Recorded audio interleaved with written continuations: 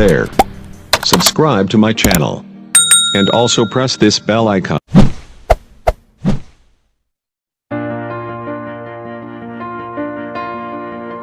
Ini sebuah kisah yang berawal ketika suamiku naik pangkat, dan suamiku terpaksa harus bekerja sibuk untuk mengurus perusahaannya. Kesibukan suamiku membuat aku sering merasa kesepian dan hanya ditemani oleh pembantuku.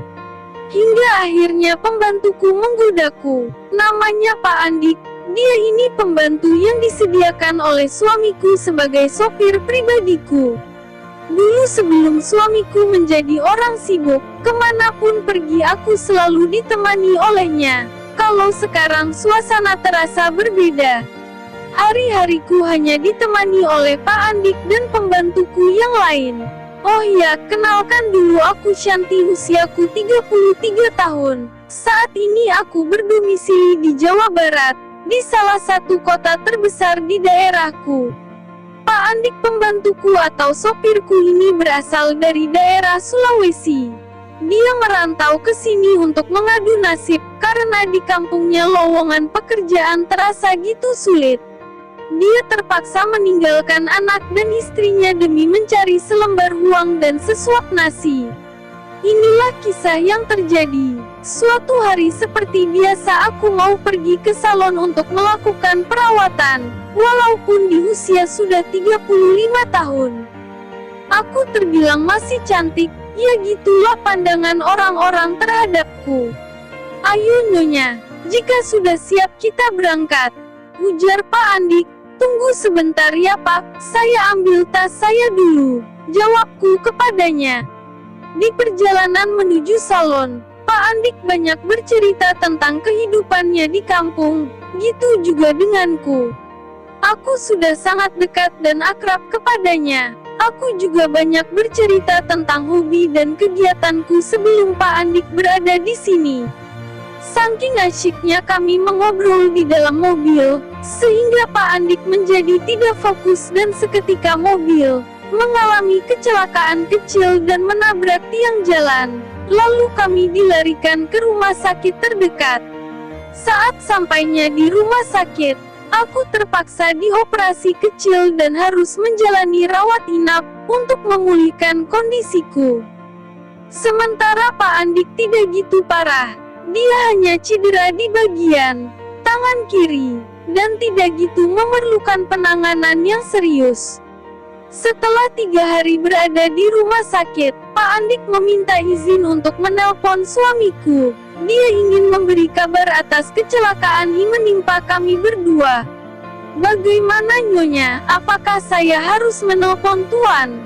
Tanyanya kepadaku. Gak usah Pak, saya tidak ingin nanti suamiku menjadi khawatir dengan kondisiku saat ini. Lalu dia tidak fokus kerja. Lagi pula kata dokter 2 hari lagi saya boleh pulang, jawabku. Tapi Nyonya, saya takut jika nanti Tuan tahu kejadian ini. Dia akan marah padaku jika tidak memberitahu kepadanya, ujar Pak Andik lagi. Gak apa-apa Pak, tenang saja. Saya akan menjamin semuanya. Suami saya tidak akan memarahi Bapak, percayalah. Singkat cerita, kondisiku perlahan mulai memulih. Aku meminta Pak Andik segera mengurus administrasi di RS dan segera pulang ke rumah. Saat sampai di rumah, aku merasa kondisi tubuh dan bekas operasiku kini semakin membaik, tidak ada tanda-tanda gejala serius. Namun, suatu malam saat mau beranjak tidur, aku merasakan kepalaku pusing dan seketika, aku langsung jatuh pingsan. Setengah sadar aku melihat Pak Andik dan pembantuku yang lain langsung mengangkat tubuhku ke atas ranjangku. Ah, Nyonya, sepertinya Nyonya harus banyak istirahat. Jangan duduk lama di depan TV Nyonya, ujar Pak Andik. Iya, terima kasih ya Pak, sudah membantuku dan merepotkan Bapak. Sekarang Bapak boleh istirahat, ujarku. Memberikan tanda kepada Pak Andik kalau aku ingin tidur dan istirahat di kamarku. Malam itu aku istirahat dan tidur nyenyak. Tiba-tiba pukul 4 aku terbangun dari tidurku dan ingin membuang air kecil, namun aku kaget. Saat keluar dari kamarku, aku melihat Pak Andik sedang duduk di kursi yang posisinya tepat di samping kamarku. "Loh, kok Bapak berada di sini?" tanyaku kepadanya. "Maaf Nyonya, saya hanya ingin menjaga Nyonya. Saya takut jika nanti terjadi kenapa-napa sama Nyonya.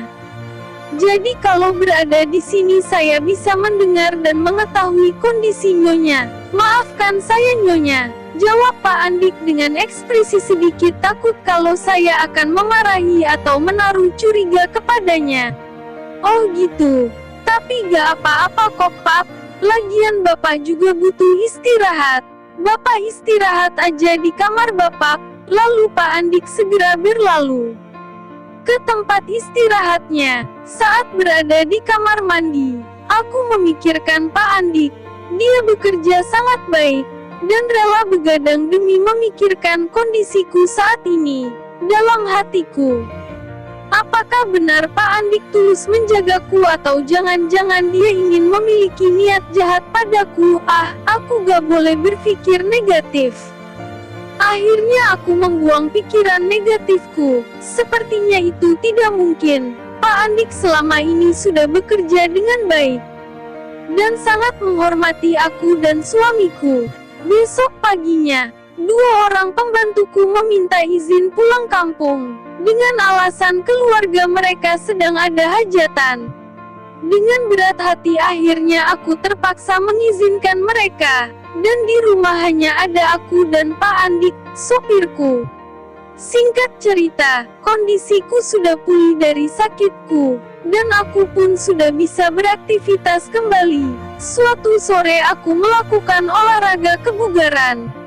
Dengan menggunakan pakaian ketat aku pergi ke ruangan belakang dan melakukan senam aerobik, dan aku menghidupkan musik kesukaanku. Ketika sedang asyik olahraga, tiba-tiba Pak Andik datang membawakan makanan kesukaanku. "Ini Nyonya, silakan dinikmati makanannya," ujar Pak Andik sambil menaruh makanan di atas meja kecil. Dan saat itu aku melihat Pak Andik menyaksikan gerakan tubuhku. Aku merasa sedikit malu dengan Pak Andik, dan hingga akhirnya Pak Andik berucap, "Wah, Nyonya sekarang sudah segar kembali ya, saya senang melihatnya. Berarti Nyonya sudah benar-benar pulih." "Iya Pak, sekarang saya sudah sehat. Ayo kemari Pak, kita makan sama-sama," ujarku kepada Pak Andik.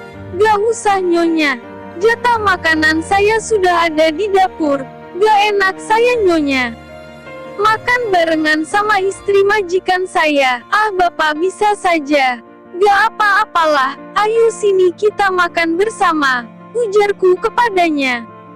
Akhirnya sore itu aku dan Pak Andik makan bersama dan kami pun saling bercanda hingga memecahkan keheningan. Setelah selesai makan, kami berdua melanjutkan obrolan dan mengobrol hingga kami lupa hari sudah mulai malam. Saat malam tiba, di rumah terasa sangat sepi sekali karena 2 orang pembantuku sedang pergi pulang kampung. Malam itu aku merasa bosan dengan keheningan dan timbullah niatku mengajak Pak Andik mengobrol di ruang tamu. Awalnya kami hanya mengobrol biasa, dan saat itu aku lupa kalau aku belum menggantikan pakaian senamku. Kondisi rumah yang sedang sepi hingga membuat kami larut dalam obrolan dan akhirnya Pak Andik dengan sengaja mencoba merayu dan menggodaku. Melihat aku yang berpenampilan ketat, sehingga Pak Andik mengeluarkan jurus maut gombalannya. Entah kenapa malam itu aku menjadi terbuai dengan rayuan Pak Andik, sopir pribadiku ini. Hingga akhirnya kami melakukan mantap-mantap, sesuatu yang luar biasa malam itu. Kami melakukannya di ruang tamu, seperti layaknya pasangan suami istri pada umumnya. Hingga tanpa sadar malam itu aku dan Pak Andik tidur di ruang tamu, saling berpelukan. Saat bangun tidur aku menyesali perbuatanku itu. Kesepian yang aku alami membuat aku mengkhianati suamiku sendiri. Gitu juga dengan Pak Andik. Dia menyesali perbuatannya, dan seketika pagi itu dia memintaku memberikan izin kepadanya untuk mengundurkan diri dari pekerjaannya. Nyonya, maafkan aku ya, aku hilaf dengan semua ini. Izinkan aku keluar dari pekerjaanku ini, dan aku mau pulang ke kampung saja, ujarnya. Mendengar ucapannya aku merasa iba dan kasihan kepadanya. Sebenarnya aku tidak ingin mengizinkan dia pulang. Namun aku takut, jika di rumah ini hanya kami berdua pasti kami akan melakukan hal itu berulang kali dan terus berulang-ulang, demi menghindari kesalahan besar itu.